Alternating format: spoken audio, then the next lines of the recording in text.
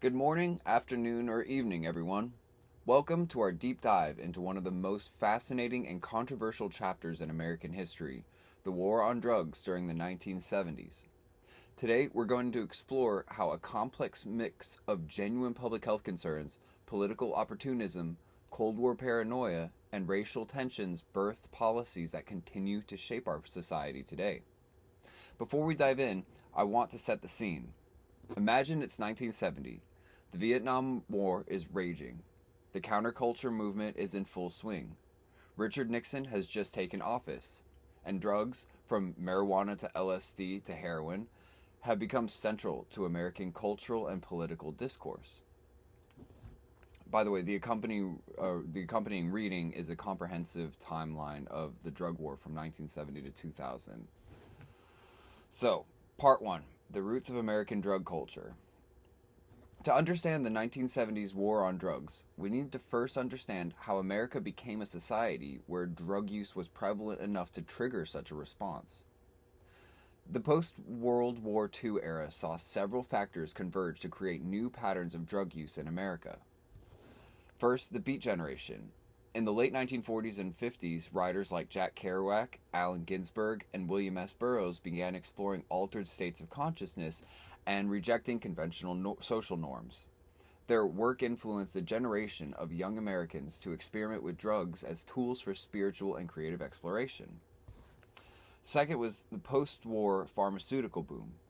The 1950s and 60s saw an explosion in the development and marketing of mood-altering prescription drugs, amphetamines, barbiturates, and tranquilizers like Valium. This pharmaceutical revolution normalized the idea of taking chemicals to alter one's mental state. Third was the baby boom generation. The sheer size of the post-war generation meant that even if only a fraction experimented with drugs, it would represent millions of young Americans. By 1970, there were roughly 76 million Americans under age 25, a demographic bulge that would transform society. And fourth and finally, the Vietnam War and disillusionment. The protracted conflict in Vietnam created both practical access to drugs, as we'll discuss later, and profound disillusionment with government authority. Many young people who had been raised to trust authority began questioning everything they had been told, including warnings about drugs. So, the counterculture movement in the 1960s fundamentally changed American drug use patterns. What began with small groups of intellectuals, artists, and activists expanded into a mass youth phenomenon. The 1967 Summer of Love in San Francisco's Haight-Ashbury district marked a turning point where psychedelic drug use became tied to a broader cultural and political movement. Music festivals like Woodstock in 1969 brought drug-influenced music and culture to a mainstream audience. And by 1970, an estimated 24 million Americans had tried cannabis, compared to just a few 100,000 a decade earlier. LSD, virtually unknown to the general public in 1960, had been used by approximately 2 million Americans by 1970. This rapid normalization of drug use, especially among middle-class white youth, created a profound moral panic among conservative Americans. This panic would become a key ingredient in Nixon's approach to drugs. So Part 2, Nixon declares war.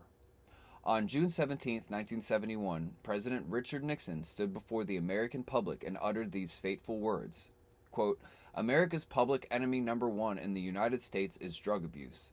In order to fight and defeat this enemy, it is necessary to wage a new all-out offensive."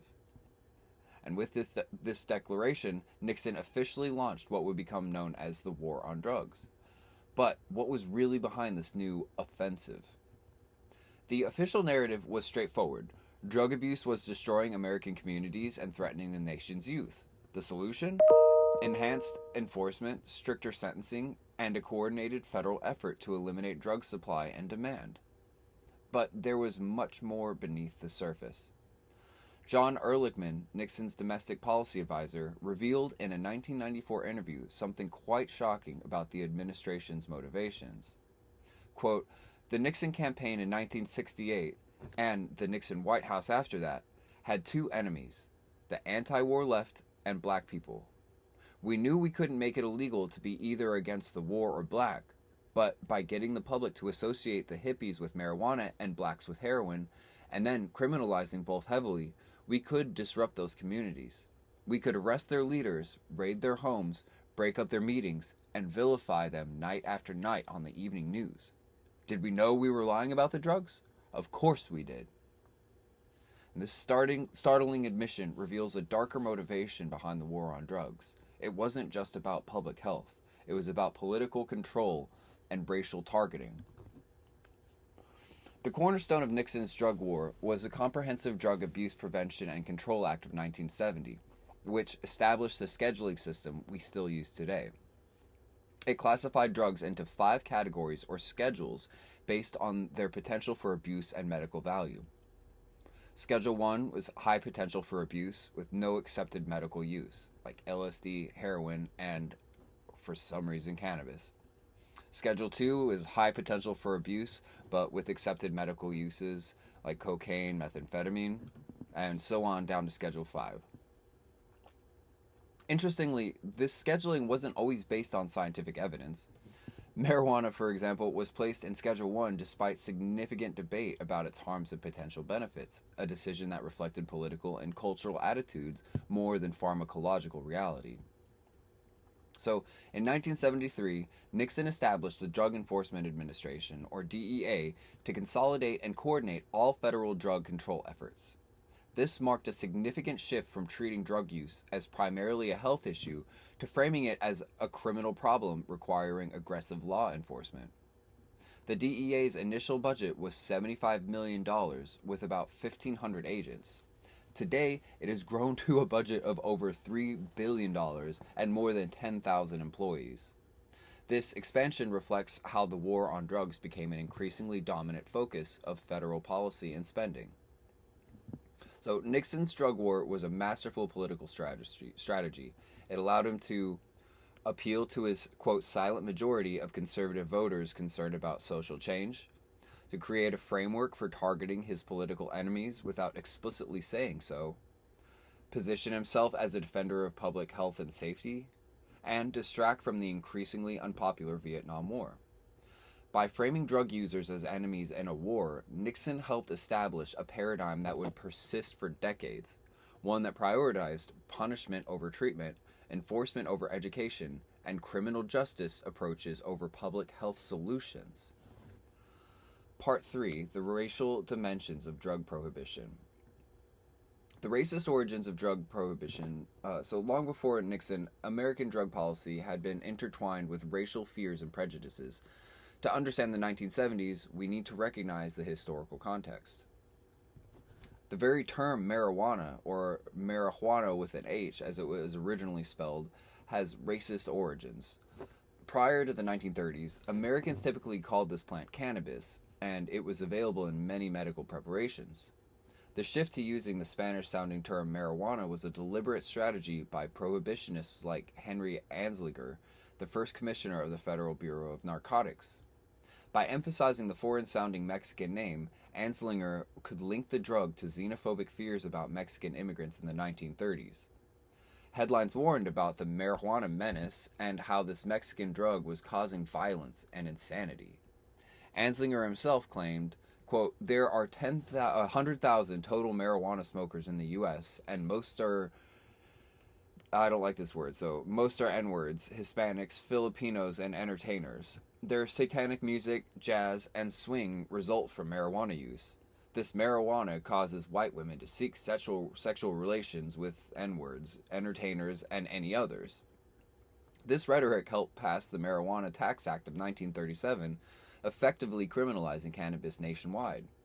By the 1970s, marijuana had become the standard term in American discourse, a linguistic reminder of how racial fear had shaped drug policy from the beginning. This pattern of using drug laws to control racial minorities was well established in American history. Anti-opium laws in the 1870s targeted Chinese immigrants. Cocaine was associated with black Americans in the early 1900s, fueling racist panic. And heroin became associated with urban black communities in the post-World War II era. Nixon's war on drugs built upon this historical foundation, using more sophisticated language but often achieving similar results. The 1970s saw this racial targeting reach new levels of intensity. The statistics are stark. By 1976, black Americans were 4 times more likely to be arrested for marijuana than whites, despite similar usage rates. In some urban areas, up to 90% of drug arrests were of black and Latino individuals. And federal mandatory minimum sentences for powder cocaine, which is associated with white users, versus crack cocaine, which was associated with black users, would eventually reach a 100-to-1 disparity, which is absolutely wild.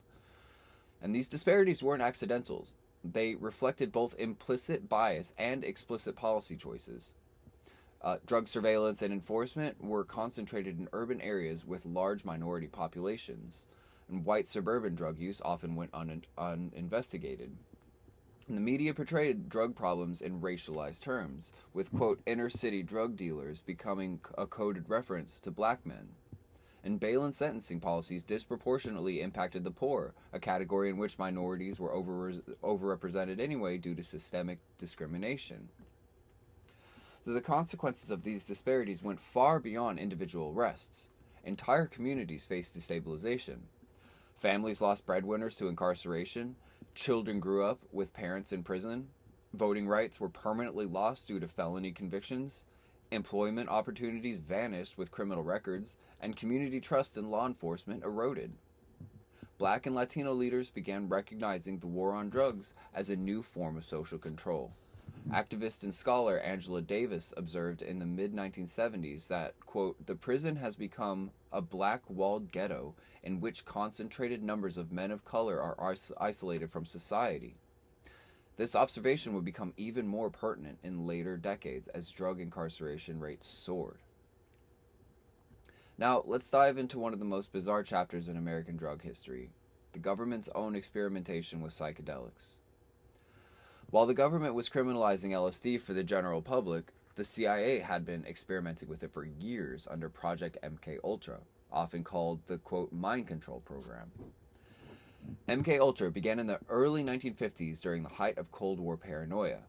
The CIA feared that the Soviet Union was developing mind control techniques and needed to keep pace. Under the direction of scientist Sidney Gottlieb, nicknamed, quote, the Black Sorcerer, the program conducted hundreds of experiments, many illegal and without subjects' consent. MKUltra was not a small rogue operation either. It was a massive program with over 150 sub-projects operating across 80 institutions, including 44 universities, 15 research foundations, 12 hospitals, and 3 frickin' prisons. The program was so secret that only a few top CIA officials knew the full scope. The experiments included administering LSD to unwitting subjects, testing other drugs like barbiturates and amphetamines, hypnosis, sensory deprivation, isolation, verbal and sexual abuse, and various forms of torture. Some of the most disturbing MKUltra operations included 1. Operation Midnight Climax, in which the CIA set up brothels in San Francisco where unsuspecting clients were given LSD while CIA operatives observed through one-way mirrors. These, quote, safe houses operated from 1953 to 1964. Second, the Allen Memorial Institute. In Montreal, Dr. Ewan Cameron, funded by the CIA, conducted, quote, psychic driving experiments where patients seeking help for minor conditions like anxiety were given massive doses of LSD, put into drug-induced comas for weeks, and subjected to repetitive audio messages. Many suffered permanent psychological damage. Third was prison testing programs, like at the Addiction Research Center in Lexington, Kentucky, prison/treatment center. Inmates were given hallucinogens in exchange for drug privileges. Many didn't know they were part of an experiment, which, again, is just absolutely wild. And finally, Army Chemical Corps experiments.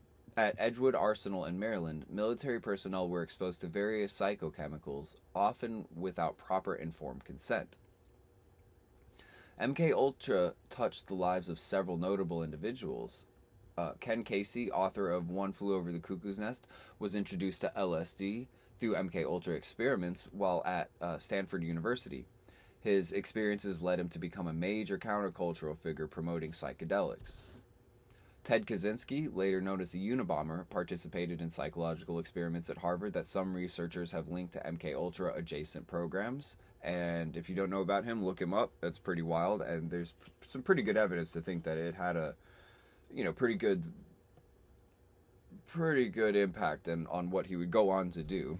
And James Whitey Bulger, the notorious mobster, was dosed with LSD for 15 months while imprisoned at Alcatraz as part of these experiments. He later described hallucinations that, quote, never really left me. And finally, Dr. Frank Olson, a CIA operative, allegedly committed suicide by jumping from a hotel window days after being unwittingly dosed with LSD in 1953. I believe it was like the 40th story or something like that. In 1975, the Rockefeller Commission raised questions about the circumstances, and his family continues to suspect murder rather than suicide. And again, if you don't know about this story, this is definitely worth looking further into. It's absolutely wild. By the early 1970s, much of MKUltra had been shut down, but the program remained secret until 1975 when the Church Committee and the Rockefeller Commission began investigating CIA abuses. What they found horrified the American public. The CIA had conducted experiments on unwitting American and Canadian citizens, including mental patients, prisoners, drug addicts, sex workers, and even CIA employees themselves. In 1973, CIA Director Richard Helms ordered all MKUltra files destroyed, making a full accounting of the program's activities impossible. This destruction of evidence occurred during the Watergate scandal, an interesting coincidence of timing that helped keep public attention divided. What's fascinating about LSD in America is how it transformed from, one, a promising psychiatric tool in the 1950s to a countercultural sacrament in the 1960s to a demonized Schedule I substance in the 1970s. And by the 1970s, scientific research on LSD had been effectively shut down. This wasn't just about public health, it was about controlling a substance that had become associated with political dissent and countercultural movements. Why was the establishment so afraid of psychedelics? Well, many scholars have argued that the core issue wasn't the pharmacological effects, but the cultural and political challenge these substances represented. Psychedelics, particularly in the context of the 1960s to 70s counterculture, threatened established power structures in several ways. One, by challenging consumerism. Psychedelic experiences often led users to question materialistic values central to American capitalism. As Timothy Leary put it, quote, LSD is a psychedelic drug which occasionally causes psychotic behavior in people who have not taken it, which is just great. Two, questioning authority. Users frequently reported a sense of seeing through social conditioning and questioning hierarchical structures. This directly threatens and still threatens political and social authority. Three is cultural subversion. The psychedelic movement rejected core American values like competition, career ambition, and nationalist identity in favor of communal living, spiritual exploration, and global consciousness. And finally, four, undermining military discipline. As the Vietnam War raged, military and political leaders worried that psychedelic use would make young men unwilling to fight in what many already viewed as an unjust war. Dr. Richard Alpert, later known as Ram Dass, who conducted early LSD research with Timothy Leary at Harvard before both were fired, reflected, quote, LSD shows you that there's another side to the coin, and you can't remember it when it's not happening. But there is that knowing that there is another side. And this, quote, knowing represented an existential threat to the status quo, as it suggested alternate ways of organizing society that rejected many capitalist and authoritarian principles. So the criminalization of LSD, a drug with relatively low toxicity and addiction potential, while the government simultaneously studied its use for mind control, reveals a profound hypocrisy at the heart of the early war on drugs. Part 5. Vietnam, Heroin, and the Golden Triangle. As the Vietnam War raged throughout the early 1970s, another drug crisis was emerging, one that would have profound implications for American drug policy. The, quote, Golden Triangle, the region where the borders of Thailand, Laos, and Myanmar meet, was one of the world's largest opium-producing areas. During the Vietnam War, heroin production in this region soared, partly due to covert U.S. operations. The CIA had been working with anti-communist forces in the region, including groups that financed their operations through the opium trade. While the CIA has always denied direct involvement in drug trafficking, they certainly formed alliances with those who were deeply involved. CIA operated Air America planes, ostensibly providing humanitarian aid, were frequently used to transport opium harvests for Hmong farmers who were fighting communists. The CIA rationalized this as necessary support for anti-communist allies, but the consequences were far-reaching. General Vang Pao, a CIA-supported Laotian military leader, controlled much of the opium trade. His forces received millions in U.S. support while simultaneously trafficking heroin destined for American soldiers and eventually American streets. Meanwhile, American soldiers in Vietnam were experiencing unprecedented access to pure, cheap heroin. Studies suggested that nearly 20% of American soldiers were addicted to heroin by 1971. Several factors contributed to this crisis. The first being availability. High-grade heroin was available at $2 to $3 per dose, often 95% pure compared to 5 to 10% purity in the U.S. Number 2, stress and trauma. Combat conditions led many soldiers to self-medicate. 3 is boredom. Many soldiers used drugs to cope with the downtime in a hostile environment. 4 was changing demographics. As the war progressed, more draftees from disadvantaged backgrounds with pre-existing drug issues entered service. And finally, 5, declining morale. As the war's popularity waned, discipline eroded. As soldiers returned from Vietnam, the Nixon administration feared they would bring their heroin habits back to American streets. This prompted the creation of a massive screening and treatment program for returning veterans. One of the few instances where the early war on drugs emphasized treatment over punishment. Interestingly, studies later showed that about 95% of heroin-addicted soldiers spontaneously recovered after returning home. This challenged the notion that heroin is inherently and inevitably addictive regardless of context, a finding that unfortunately had little impact on drug policy. The perceived heroin crisis gave Nixon additional justification for his drug war. It also provided convenient cover for American involvement with drug traffickers in Southeast Asia, as these complex realities could be simplified into a narrative about foreign threats to American health and security. In 1969, Nixon launched Operation Intercept, effectively shutting down the U.S.-Mexico border to search for cannabis. While presented as an anti-drug measure, declassified documents suggest that it was primarily meant to force Mexico to take a stronger stance against cannabis cultivation. The operation was a public relations disaster and was called off after just 20 days. However, it established a pattern that would continue throughout the war on drugs, using drug policy as leverage in international relations, often with disastrous humanitarian consequences. Part 6, Domestic Impact and Social Injustice. As Nixon's war on drugs gained momentum, its effects on American communities became increasingly evident, with the burden falling disproportionately on marginalized communities.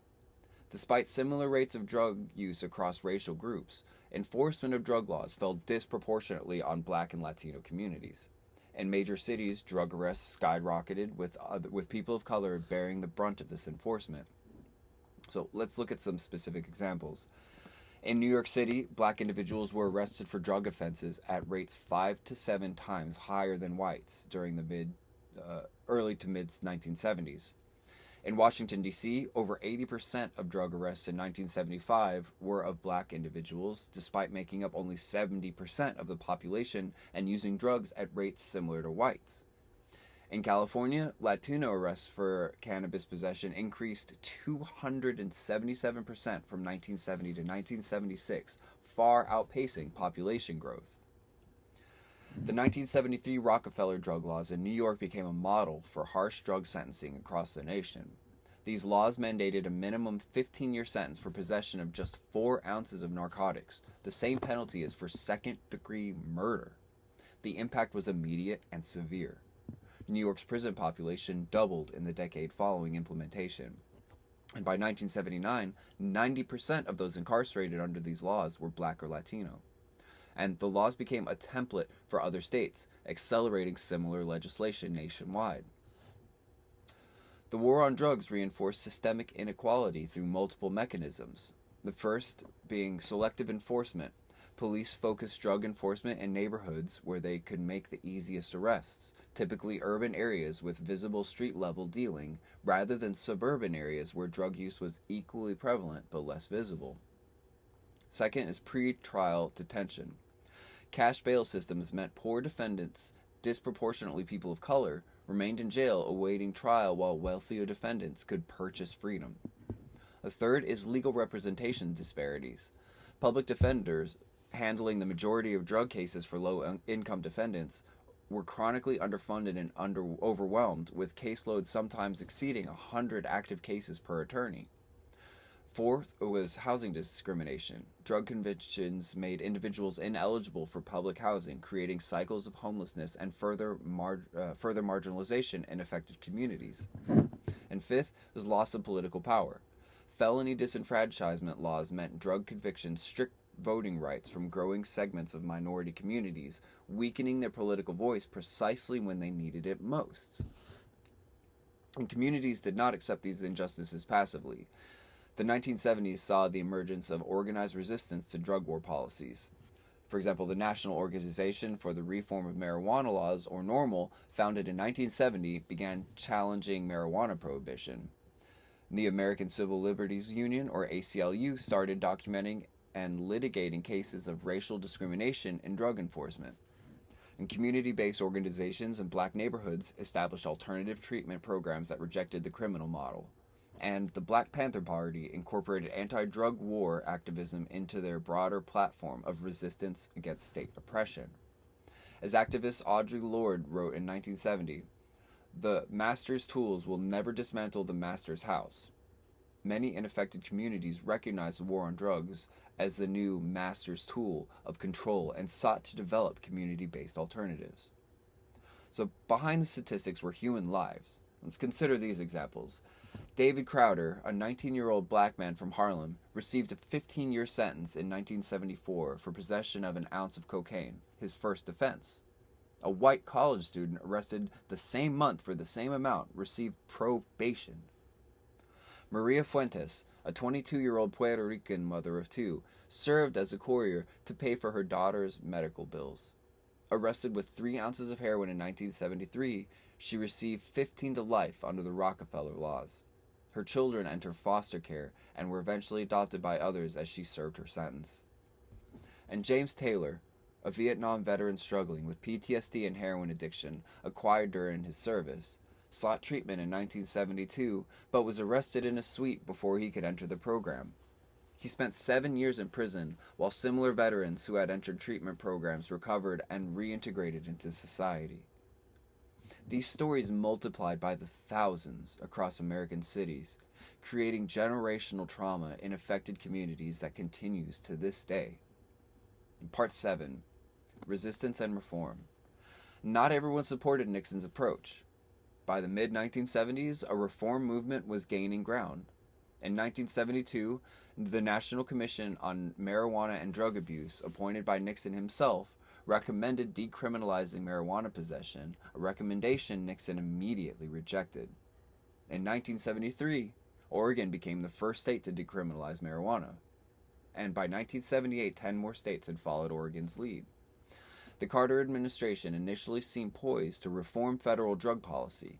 In 1977, President Carter told Congress, quote, "Penalties against possession of a drug should not be more damaging to an individual than the use of the drug itself." His drug policy advisor, Dr. Peter Bourne, supported marijuana decriminalization and a public health approach to drug issues.